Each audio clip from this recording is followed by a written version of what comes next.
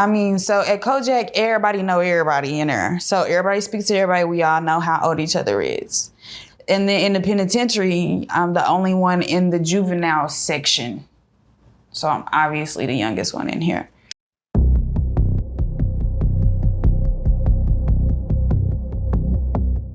Prison Stories 101. We got her right back by popular demand. Cheyenne, or Shy. Let me just keep it like that. Shy. Welcome back to the platform. Before we get started, if you don't mind, reintroduce yourself and let them know how much time you served. I'm Cheyenne. They call me Shy.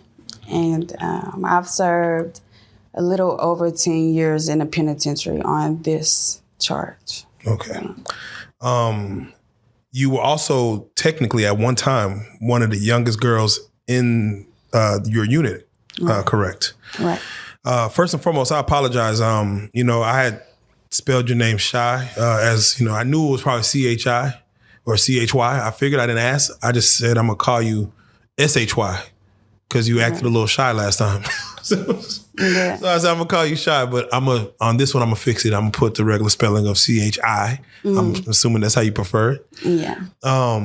Let's do it like this. That name itself, Cheyenne, this interview that we're about to do is really for the fans. There's a lot of people that love, just your aura. So I want to ask some more basic questions as far as, before you got to prison, and we'll go from there. But your name, do you know how you got your name in itself as far as Cheyenne? Cheyenne? Yes. I know how I got Cheyenne and Shy. Like the spelling Shy. Because my mom always called me Shy, but the spelling... But now my aunties and my mama, my granny and them, Cheyenne, so Robin, Stewart, Marie. My name is Cheyenne Sam Marie Bell. Did they tell you where Cheyenne came from? I mean, did they give you any history on why they named you that? Yes, because my grandma is Robin Ann Stewart, and then my mama, she said that she always wanted to name her daughter Cheyenne because it got something to do with so Sam Marie, my auntie name is Samantha, so Sam, and then Marie is my mama middle name, and so Cheyenne Sam Marie. My mom was married to a white man, Bill, but my daddy changed my last name to Crystal when he got out, so Cheyenne Sam Marie Crystal. All right. Normally whenever we have somebody back since their first time and they've come back to sit back on the platform, I always try to see how has, the reactions been since your first interview. Right now, I think you're sitting at a little over 300K, which, to let people know, shout out Rainwater, because he's the one who even, brought you into the platform. Mm-hmm. And he interviewed you himself on his own platform, right, when it rains, it pours. So y'all go check that out. But he brought you in and, I didn't know your story. I just know you were young. And you did a lot of time for a charge that to me didn't deserve it. But how has the reactions to your interview been? How have the feedback been? I'm looking at a lot of comments. I'm looking at, just again, a lot of commentary on your interview. Give me your take on how's everything been since the last one. It's going up. It's going crazy. You hear me? And just as many people that's in the comments hating, it's that many more trying to present to me ways and opportunities to get myself out of the predicament and situation that I'm in. You know what I'm saying? They keep going. You know what I'm saying? I saw a lot of that. I saw a lot of keep going. Yeah, for sure. And so the followers is going up. I appreciate it. Y'all keep tuning in, share, everything that's happening right here, Did you think, or why do you think your story, just went, I guess I could say viral? The first clip or reel that was posted, it was 100K day one from the first reel. Why do you feel your story was so viral that 300,000 people will want to see it? Do you understand the reason for that? Well, I think the reason is because I'm a female and was incarcerated, did so much time, 1, 2, that, a lot of people see my face, Like, cause I know a lot of people have seen they, so when they see me, they like, I know who this is, and then they start telling everybody, and then so it's a lot of people that's proud of me, you know what I'm saying, for being able to, tell my story and everything, and I don't know, it's just people that supported me. Yeah, right when I started the interview, the last one I had spoke on. Looking at you, you don't look like you did that much time. I don't see it, but of course you did. So I think that in itself is intriguing that, prison preserved you as it did, but also you went in so young. And then they start hearing the story about the charge itself. You got a lot of similarities to I believe her name is India Love. Do you see where people saying all that India Love whatnot? Did you see that? Because I didn't know who India Love was. I apologize, y'all. I'm not into the social media lights. But they say you favor her. Do you see that at all? I can see where their eyes are coming from. Yeah. But no. I'm Cheyenne. They call me Sha. There you go. No. You your own thing. Okay. All right. So what I want to do is, of course, as we speak on the last interview, you had said some things. Some people question, even your mannerism in the last interview, as far as just, they felt you were, she was feeling a little sluggish or she was slow to answer. Do you care to speak to those people that made those comments and those statements about, oh, well, she might be on something. She doing this or she doing that. Do you care to answer that? Yeah. No, I'm not on drugs. Okay. But I can't even stand still in line. I don't like to wait in a line. I'm in the penitentiary and it's, line. So, yeah.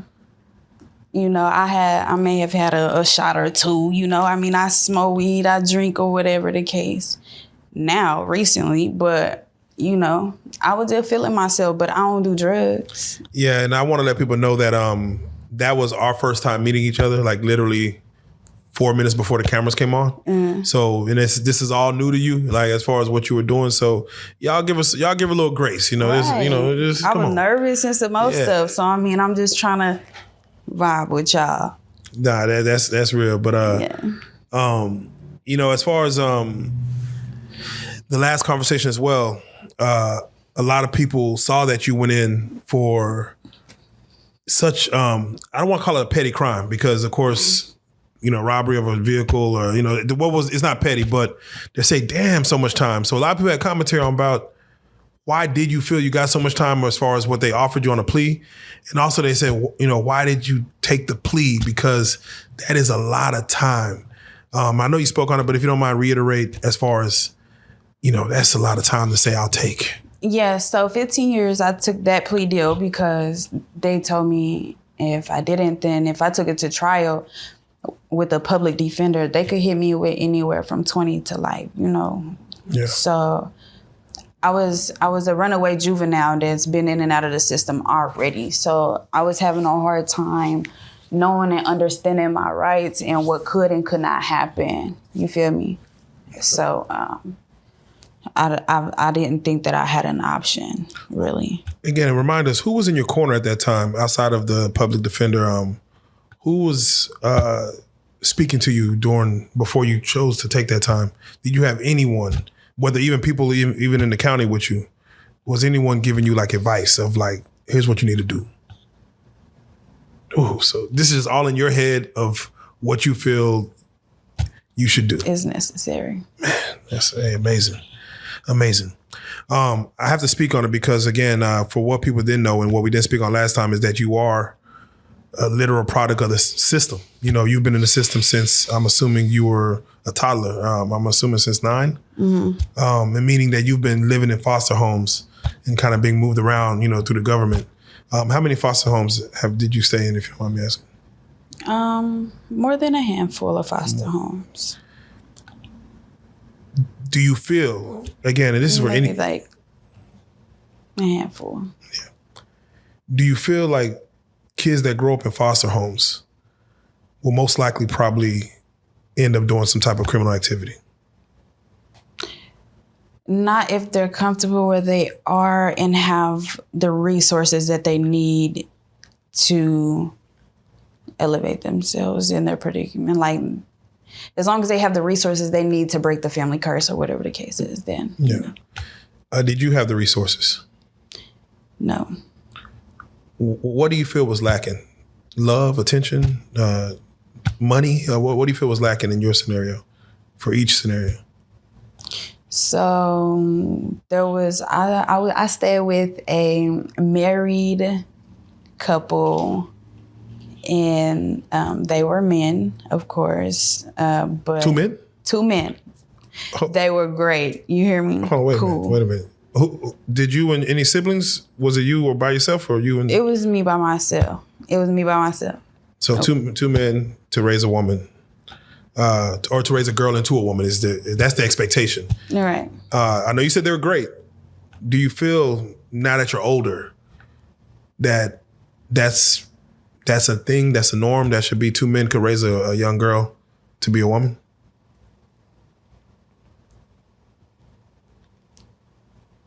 I don't want to answer that question. You don't have to.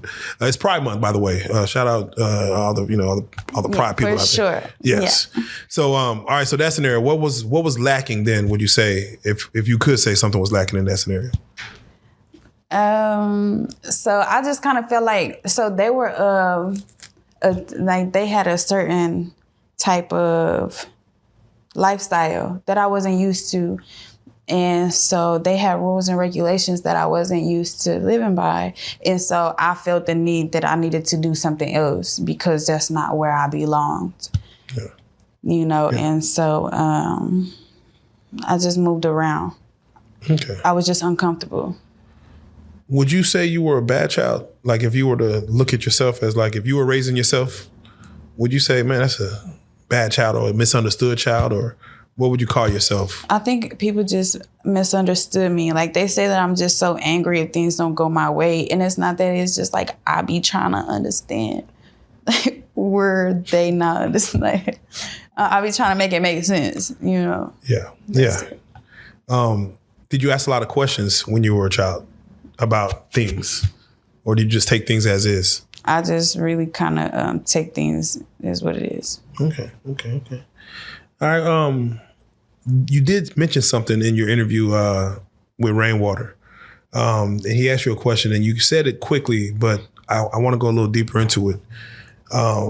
He asked you, did you blame your mom on some of your circumstances? And you said, yeah.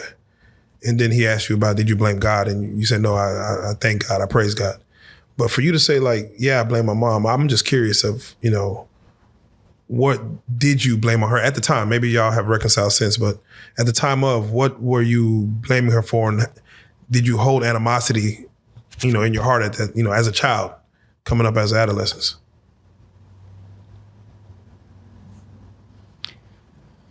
So what resentment did I hold towards her to make me, like, you know, okay, so. To blame her, if you don't mind me asking, yeah.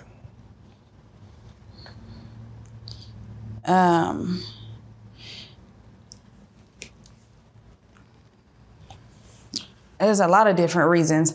So maybe like the first time, I mean, like the main point is like not changing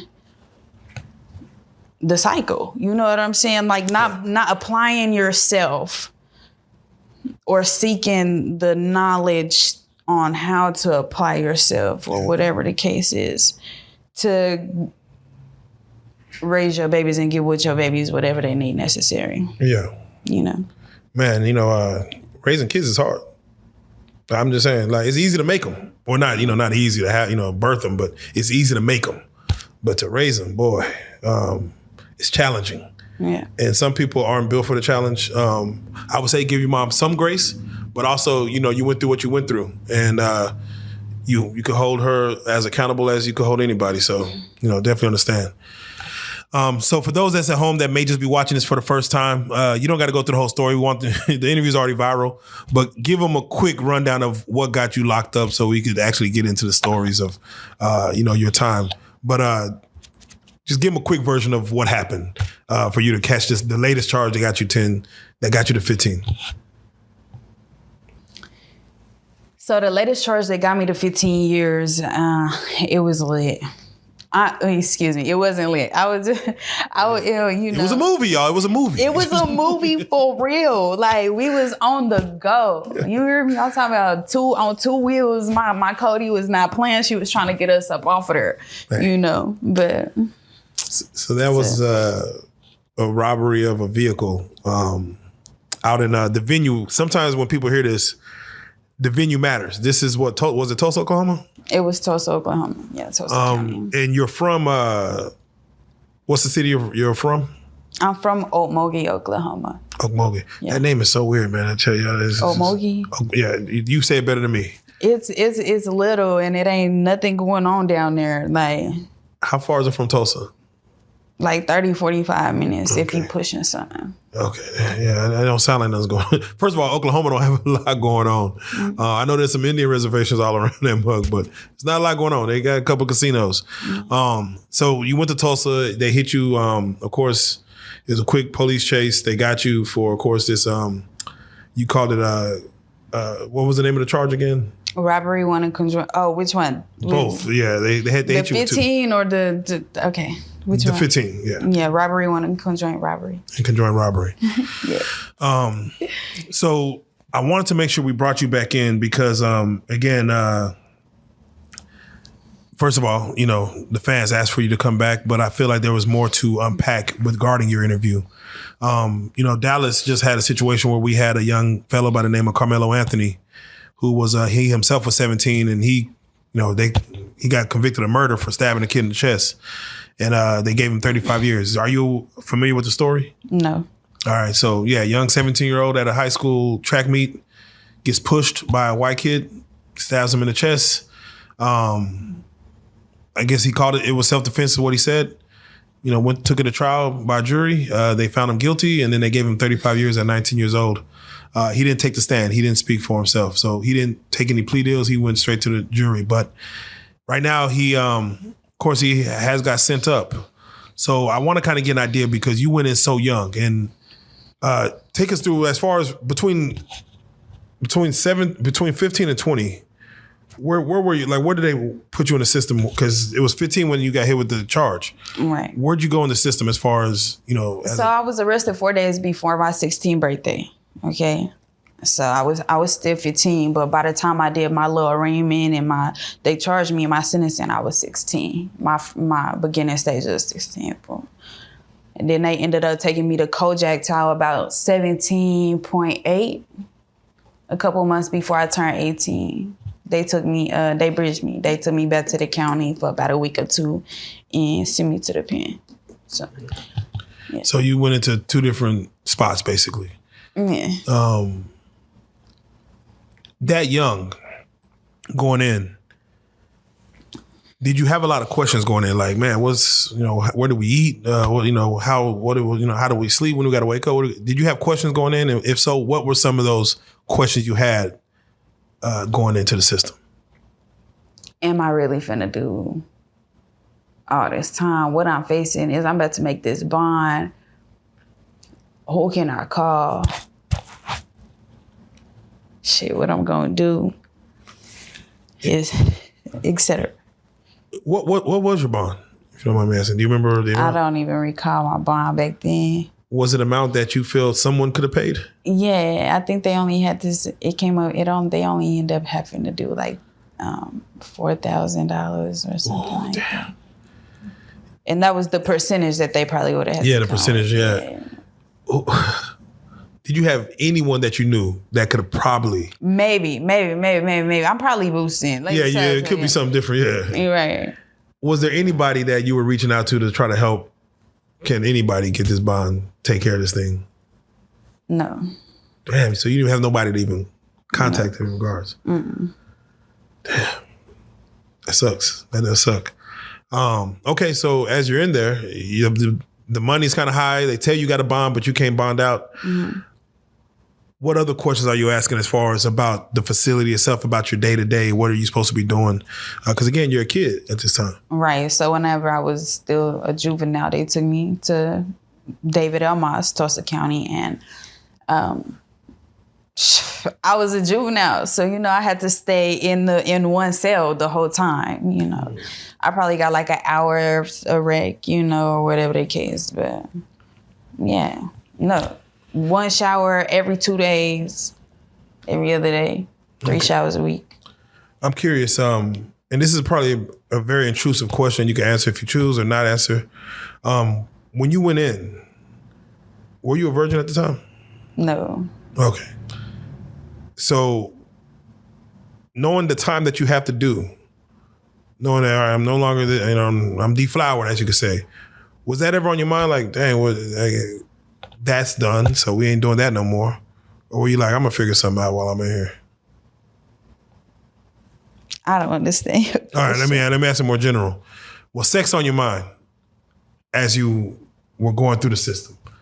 Or was you like, that's the furthest thing from my mind? It was the furthest thing from my mind. Okay. Now, we talked about in the last interview that when you walked in, they saw that you were, young, pretty probably, and people came your way. People started coming at you. Who was coming at you to help you? Like, how many people were trying to, like, I remember you said that a lot of people were giving you stuff and trying to gift you things, but like, what percentage of people would you say was probably for your good versus wishing you harm? When I first hit the yard? Yeah. So a lot of people, almost everybody was, they was messing with me. Like, I really didn't, have no haters until I hit the yard, and then everybody bitches started doing all this extra, whatever the case is. Hands up, don't shoot. You hear me? Damn. What was it? Was it about? Did you have an attitude? Like, yeah, my attitude was a little bad. Oh, yeah, my attitude was probably a lot of bad. It's coming from these streets, man. You gotta get it how you live. No, I totally get it. But you did have, I guess you could say, friends. I think it's more because I was like angry. You know what I'm saying? Like, as just being. So it's not that I was trying to, or whatever the case you just said, but no. Yeah. I was just angry. So I would be like, I would be tripping. You know what I'm saying? So. Yeah. You had a right to be angry. Jeez. Yeah. Now, at one point, you had mentioned that you were the youngest person in the unit. When was that? Like, how old were you? What unit was that? Was that Kojak or? That was at Kojak and in the penitentiary, both. For you to be the youngest, how do you know you're the youngest? Are you just like, they're just telling you like, hey, you're the youngest in here, or? No, like so at Kojak, everybody know everybody in there. So everybody speaks to everybody. We all know how old each other is. And then in the penitentiary, I'm the only one in the juvenile section. So I'm obviously the youngest one in here. Yeah. Damn. How did that feel? Like, did that make you more angry, or were you questioning life? Like, oh, I'm too young to be in this spot with all these grown women. I'm just kind of feeling like, when is this going to be over with? Who can I call? Who going to answer the phone? I don't know. I didn't think that I was going to do all that time. It just seemed unreal until I started feeling it. Okay. Now, I mentioned the young guy, Carmelo Anthony, earlier, as far as the guy who stabbed the white kid in the chest, because, of course, now he's in the penitentiary system. They send him right into Texas. From what you know, what is different about Oklahoma penitentiary versus TDC Texas? Even though I know you probably didn't do any time in Texas, but maybe you talk to someone. What do you feel is like a difference in the two systems, if there's any? So in Oklahoma, it wasn't no question. They just laid me down. You hear me? Like, Oklahoma was not playing. But see, Dallas, they like, they ain't just bugging, Oklahoma gonna shut it all the way down. Texas, they trying to give you some momentum. Okay. Okay. Now I remember you said that whenever a stabbing happens in Oklahoma, even in the men's unit, they shut down all the units. Like, the whole state gets shut down. Women's units, men's, everything gets shut down. Why is that? They feel like it'll blow over to different penitentiaries in the state, or Yes. So that's the reason why they shut everybody down, because, people be mobile and their chain gang go up. Yeah. So like if anything happened, everybody know everybody is going to be ringing off the walls. Like I said in the last video that, if we about to get shut down, we going to get the phone call like, y'all tighten up, get what you need to do out of the way, because they about to lock us down. So funk can start spiraling like in any facility at any given time if anything gets said to anybody. Yeah, how was messages getting across? Is it kites going out or is it phone calls? I'm sure they got phones, but how was the messages getting across? Like, hey, this person's coming over to y'all, or if y'all moving around. There's ways. There's ways. All right. Yeah. All right. Now, penitentiary chances. No. Yeah, you're taking them. Okay. Taking them. Now, you mentioned, of course, a lot of your tattoos you had gotten in the pen. A lot of people probably saw some of the tattoos that you had last time. If you don't mind, first and foremost, can you speak on what are some of the tattoos you have, the ones you got in prison, and why they meant something to you to get? So, Beautiful Unchained is across my chest right here, because I done did so much time. Is that the one on the neck or? On my chest. Okay. On my chest, going across here. Okay. Yes, Beautiful Unchained. Let me show you. Let me see. And it just kind of like hit different, That's just how I feel. What's it on the neck? Is that does that say baller? Butter? Nah, it says Walter Lee. Walter Lee. And it's something that's real irrelevant. Okay. You hear me? Okay. And I need to get removed or like taken care of, No, you're gonna what they say that do the cover up with some roses or something? Yeah, we're gonna do something. We're gonna get something figured out, but it got to go. You hear me? Damn. That's a whole nother story. That's a whole nother interview. Okay. What other ones did you get as far as in the pen? I got this one right here. This my mama name. This my mama name right here, which is Spring. And then I got this one on my finger, which is irrelevant. This one right here between my chest, it's a female. This on my shoulder is a female. Mm-hmm. And that's it. I only got like 9 tattoos. How often were you getting them while you was in there? Like, not very often. Probably like just a couple. Just whenever I felt like I needed to feel something, like. How often does that come around as far as that need and that want to feel something? Like, I'm just curious. Just whenever I'm kind of feeling like empty inside or like lost for too long. Okay. Prison for you, did it make you feel empty? Does it almost like break you at times? Yeah, a lot of times. But and that's why I say the Lord was my light. What were times that you felt that it was pushing it to the limit? Was it around holidays? Was it around something might happen to somebody else, or they might get a visit or a letter and you'd be like, damn, this is... Holidays and anniversaries, for sure. Yeah. I can only imagine. When it comes to correspondence, did you receive any? Did you write any as far as to letters coming in? Well, I was trying to get a hold of my pops because, he was in and out too, but no. I didn't have correspondence with anybody. Did you ever get a hold of him while you were in there? My pops? Yeah. Yeah, eventually. Eventually. We got to him.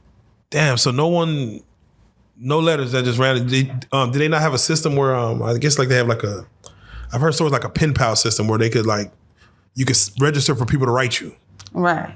Didn't that ever happen with you? I mean, nah, I didn't do none of that. I mean, I didn't do the pen pals, but I was like trying to tune into like other websites or whatever to get some motion. Okay. That's how you're supposed to do it. Do you feel when it comes to, and again, this is a woman's prison, do you feel that love is easy to find in prison? and I'm not mean like falling in love, but just even a love for like a friend, a love for a person. It's easy to find that, or you say, is that very rare to find in prison? Like to love someone inside with you, like the person in there? Yeah. Depending on if it's two female, I don't know. So I guess the question is, if it does happen, do you feel it's easily obtained, or it's hard to find love in prison? Like a lot of obstacles in the way. I kind of feel like I feel like you will question a motherfucker's integrity. You'll question everything that they stand for. Damn, like you went somewhere. Shit. I swear, boy. I don't know.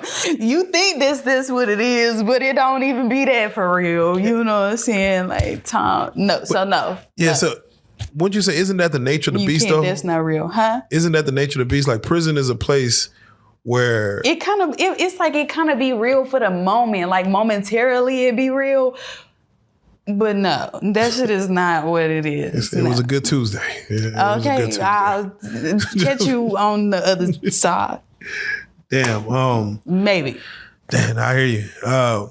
Were you well read in there? Did you read books? Did you get a chance to get? I like to read books. I think somebody asked me in the last interview. And I said, yeah. And I gave like a little shout out to Ashley and Jaquavius. I read a lot of their books. And then I read, The Cartels. And then I read The 48 Laws of Power. Excuse me. Yeah, I know. Yeah, sorry. Last time. Yeah, they're like, you make more. They knew the book, but because you said it wrong, they just and shout out to Pinky Doll. You know what I'm saying? She knows like all like different languages and stuff like that. So it don't matter how her accent is hitting. Y'all know what she's saying. You know what I'm saying? Like the nerve of you. Exactly. Goddamn. Right. Oh, no. Without question, I'm curious. What type of weapons were accessible in prison, in y'all's prison?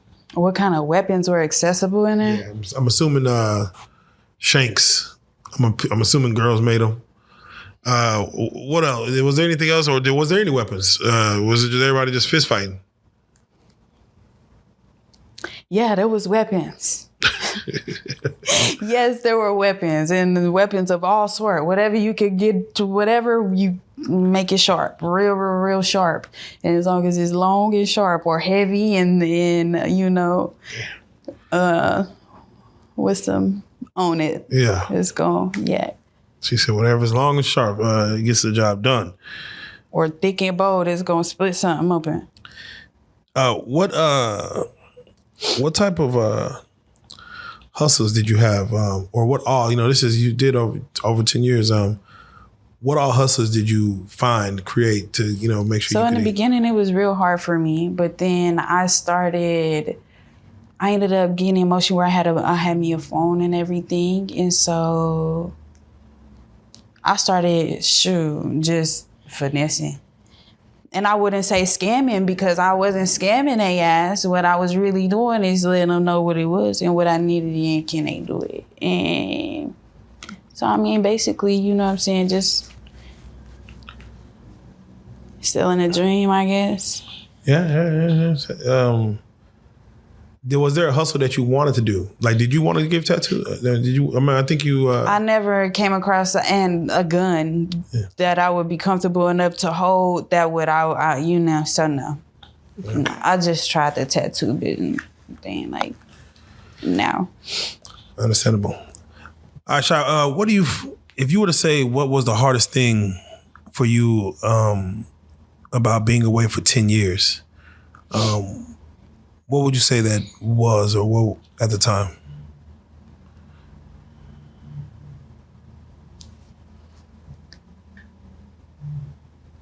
What was the hardest thing? It's been a lot of hard times. I would say missing out on everything. Just missing out. Yeah, I'm assuming like prom, dates, college, those things that's supposed to happen that you're supposed to be doing. Holidays, like you said. Birthdays. Growth spurts. Yeah. Missing out. Just missing out. Did you do anything for your birthday while you was in there? Like, did anybody do anything for you on your birthdays for 10 years? Or is it just another day? Yeah, and shout out to him too, because every year on my birthday, for the last like 3, 4, 5 years maybe, he'd probably send me like, and he remembered my birthday. So it's not like I'd be like, it's my birthday. No, he know when my birthday is, whatever, boom, he sent me like $250. You know what I'm saying? $250, $300, something like that. Just depending how he feeling. Yeah, so that was the one thing you could look forward to on the birthdays. Was anybody in the inside doing anything for you? There was some people that I was talking to on the phone. Like I said, the chain gang is real thick and everything. So like you chop it with people that you do time with, and you know what I'm saying, y'all support each other and everything. Yeah. Do girls announce their birthdays? Like, do they be excited? Girl, it's my birthday. In there? Yeah. Yeah. Everybody want that attention. If it's their birthday? Yeah. Sometimes it be functions. It be, you know what I'm saying? If it's a birthday, depending on who it is, it's going up. You hear me? I'm talking about birthdays in the pen really be cracking if you at the right one. Okay, yeah. She said be real functions. But it's not fun. You hear me? It's not fun. But you know what I'm saying? Just depending on who you functioning with, it's cool. All right. It's not fun, but it's cool. We make the best of it. How about that? We make the best. That's all you can do. While you was inside, there was a show that came out on Netflix called Orange is the New Black. It was a bunch of women in prison. Right. Did you ever catch any of that show as you got out? Did you ever see any of that? No. So when I was in there, I wanted to like watch it and everything, but no, I didn't. Okay. I probably watched like an episode, maybe 2. If you've seen it, would you say it's pretty accurate to what women prison was? Any one episode? And it was a minute ago, and I don't recall. I can't. Yeah, I can't. Don't even worry. But we're not gonna give no promotion. Right. I would say for those 10 years that you were gone, what helped you mostly? Would you say get through it? What was it? Faith? Was it a person? Was it just your own mental? What helped you get through those 10 years, for the most part? Drugs and like staying high and the Lord. Okay, yeah. So both of those. So it was always a battle of, you know what I'm saying, like passing time, you feel me, and wanting better for myself. How do drugs work in prison? Is it like one person that got it, or is it like multiple people that got it that you gotta? Whoever got the best deal, is the drug dealers competing with each other? Or is it just it just depends on, you know what I'm saying, who you're eating with or whatever the case. Okay. If you want it, you can get it. Yeah. Okay, there you go. What would you say is something that people don't understand about prison? Those who haven't actually stepped foot into a prison, or even a women's prison, or just prison in general. What they don't understand is we go through stuff for COs. Like we go through stuff around the clock. So we can't worry about your attitude just like you can't worry about ours. And so what we try to get y'all to understand is like we need y'all to like try to be a little open-minded and like mind your business and let us do us, because at the end of the day, like you don't know if that's how we eating, how we seeing our kids, our grandmama, our sick or sickly, you know what I'm saying, whatever the case is. So like, yeah, try to have an open mind and kind of stand down a little bit or whatever. Understandable. Nah, for real. Do it be a lot of bumping heads with the COs, the female COs? It just it just depend on who you working with. Do they? Do you feel they be bringing they problems at home to work? Huh? Do you feel the COs be bringing their problems at home to work? some might pull up with an attitude, you know. Some might, you know what I mean? Yeah. Sometimes, yeah. Or like they go on power trips and get to just freaking out on the whole pod and just slamming our doors like they stay there or something. Oh, yeah, you know what I mean? Like they be tripping or come through and like disorient like all of our belongings or whatever. Like that's like you know. They PMSing. Yeah, fuck around.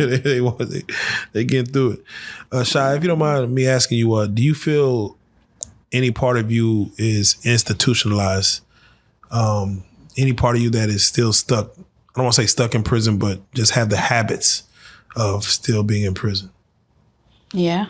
If you don't mind giving like an example or some examples of things that may.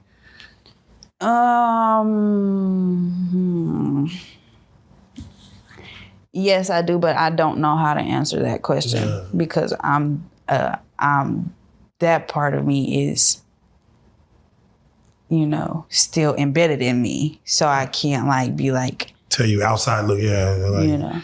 Definitely. For any other, do you talk to any other girls that did prison time? Now that you're outside, do you either communicate with the ladies, or do you communicate with anyone who done time? You know, Yes. Shout out to my best friend Anna and then Kenna, my co-D. You know, them is my girls, my aces and everything. So of course, I talk to them. Yeah. Yeah, and then you know, I talk to some other people that you know, I get some calls from some other prisons or whatever. Is there things about your people that you feel like, man, you still in that hole, you still institutionalized? Do you see things in them that see that they are institutionalized? I just really be trying to get them to understand, like it's up, just hold it down, don't even trip, don't worry about it. It's about to be over with. So like. It's not that that I just can hear that they fed up. So, you know, I can't hear like the institutionalization in them, but I can definitely hear like the longing in them. Okay. All right, Shai. Well, what would you say has been the biggest adjustment since getting out for you? My biggest adjustment is like stability and being able to, you know, just being able to be myself around strangers that's always trying to like judge or, you know what I'm saying, get a whatever the case. Like I'm just used to being around like the people that I'm used to. So like all of them, like they know me. So it's kind of like coming in to everything new is just kind of like, it's kind of like spotlight a little bit, just a little bit, you know. Would you say you ever got comfortable in prison? Yeah. And on the flip side, I forgot I was leaving a time of 3. Damn. I hear you. You hear me? Like it be rough in there. For real. It be rough. Are there times that now that you're in the free world that you get uncomfortable out here? Like just like, man, I was comfortable in there, but out here this just feels uncomfortable. Like, I just kind of feel like in there, you know everything, what's going to happen, what's the shake, what you finna do, whatever the case is. Out here, it's kind of like questionable. Yeah. You know? So I would say, what do you say feels most different compared to before you went in that's happening out here? Me. Me, just period. I feel different from before I went in. I mean, the world too. You know what I'm saying? Like the world is definitely different, and there's a lot of new stuff out. I mean, like a lot, but overall, me and myself. Like before I went in, I was little bitty PDO me. You know what I'm saying? Yeah, you was a kid, thugging or whatever. And now I'm out and I'm just on some like, you know, feeling myself or whatever, just a little bit. Yeah. Just do you feel smelling myself? Would you say you went in as a girl, came out as a woman, or would you say you went in as a woman, came out as a woman, or went in as a girl, came out as a girl? Like, what would you say? Or you became a woman while in there? I went in ignorant, and I came out a lot more mature into my womanly self. Boom. Yeah. All right. Is there anything that you were excited to do when you became free, or now that you're free? Anything that you were just, finally, let me get back to this? Get back to? No. Or get to this. I'm sorry, not back to. You've been gone too damn long. Right. I'm ready to start my life and start saving my bread and be comfortable, start seeing stuff, start, elevating and being where I need to be, where I want to be. I'm ready to make sure that, my mom is great, like regardless of everything or whatever, that's still my mama, So I want to be able to, do things that need to be done. Yeah. Where would you like to go? As far as places, that you haven't seen? To stay or just to get to see if I want to stay? Yeah. Visit first and then see if it's something. So right now, at this point in time, I want to go to California. Have you ever been? I've never been. Wow, yeah. You gotta go. Huh? You gotta go. It's better than what you think it is. I want to go. Yeah, whatever you're thinking is better. I'm going to go. You can get up. After this, leave and go and head to California. Nothing's stopping you now. There ain't nobody here to tell you lights off. You can get up and go. So California's nice. Anything else? You want to go to Disneyland? You want to see you ever heard of stories about Disney World, Disneyland? I've heard stories and everything. I'm trying to see it's got to be something to it. It's got to be. Thank you for the conspiracy. Yeah. You know what I'm saying? There's got to be something to that shit. We ain't even going to go there, though. You know what I'm saying? I had a lot of time to think and marinate on what's going on here. Facts. Nah, it's definitely something to it. It's definitely something to it. Yeah. Any place outside the country you would like to go to? Probably...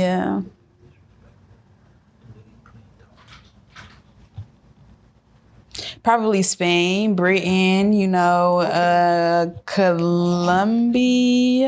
Okay, yeah. The Republic. I want to go everywhere. Like, I don't want to limit myself. Yeah, no, it's a big world. It's a hell of a big world. All right. Okay, yeah, no, damn. Get a ticket. What's going on? Frontier. Spirit, they shut down Spirit, so that used to be the way to go. But Frontier still works. But Disney World has been lit lately. You hear me? All these little vines and these TikToks that they doing and all of that, they doing that. Yeah. I still think it's conspiracy though. I don't know. Something's still going on over there, man. Right. But they been popping that shit. Let me ask you, as far as the females, since you got out, how have they been? Have they been, disrespecting to you, talking crazy? As far as, you've been on the inside where, like you said, it's controlled, but out here, it's the Wild Wild West. How have they been that you've been seeing, whether coming at you or just in general? So if there's like some kind of like misunderstanding or whatever, like I said, like if something is not, I be trying to understand. If it is, then I'll make it sense. Then I be trying to like see what's going on. So I don't think it's necessarily about being aggressive and everything towards each other, but nah, if anything, I be the one that be like, what I'm saying, initiating like what, what I'm saying is going on, like what's going on. And it's not even, I be on like, none of that like that, but if, what I'm saying, I just like communication is key. So if there's a misunderstanding of some sort, then I would definitely like to, what I'm saying, get that understanding, because if we all grown here, then, Do some females would be kind of like damn, because those are like, they'll sound like that's a prison mentality. Like if there's a misunderstanding, we got to get to the bottom of it right now. Some females I hear might try to just, walk away from it or disregard it. Well, because it shouldn't be if it's like, why is there even funk? Right. So what's going on? And if it's up, then it's up. But what I'm saying, at the same time, like I said, we all grown. We need to act accordingly. There you go. Yeah, shouldn't be no misunderstanding. Let's say, right. Get it correct. Okay. All right. I have to ask you, as far as now that you are free and you're out, what are the conditions of your probation situation? Like, how long are you on it? Are you able to move around? What's the situation? I'm on probation for 3 years in Oklahoma because 15 modified at my year review, 12 in, 3 out. So I'm on. My 3 years on probation in Oklahoma, but I'm trying to get something going with that if I can't get it figured out or whatever. So that's still up in the air right now. Okay. All right. We're gonna get it figured out. All right, Shy, as we do these prison stories, we always try to do these conversations not to glorify prison. Again, you went at a young age, made a mistake and, served your time, paid your debt to society, and now you're free. But there's probably some other girl out here, that's 15 years old, maybe been in the system, foster home, and she might herself be, taking penitentiary chances just to get up the road. Right. What advice would you give that young lady? Because you might have felt like you had no options and you just did, or maybe you were just having fun. What advice would you give a young 15-year-old girl out here doing the same thing you was probably on? Patience, surroundings, people. Okay. Patience, surrounding people. Okay. And discernment, figure it out. You know what I'm saying? Like, and it's, but like patience, surroundings, and people. Like, know what is and what ain't. If you don't mind speaking on each one, when you say patience, what do you mean as far as just, maybe steal that car tomorrow, not today? I'm just messing with you. What do you mean by patience as far as, take your time, I guess? I mean, like, you ain't gotta run for everything. It'll come. There you go. That's very true. It'll come. Just chill out. Like, you ain't gotta just POP, hold it down. Hold it down. Yeah. And when it comes to surroundings, what do you mean by that? As far as what about the surroundings that they need to be aware of? If you can do like an environment or like a,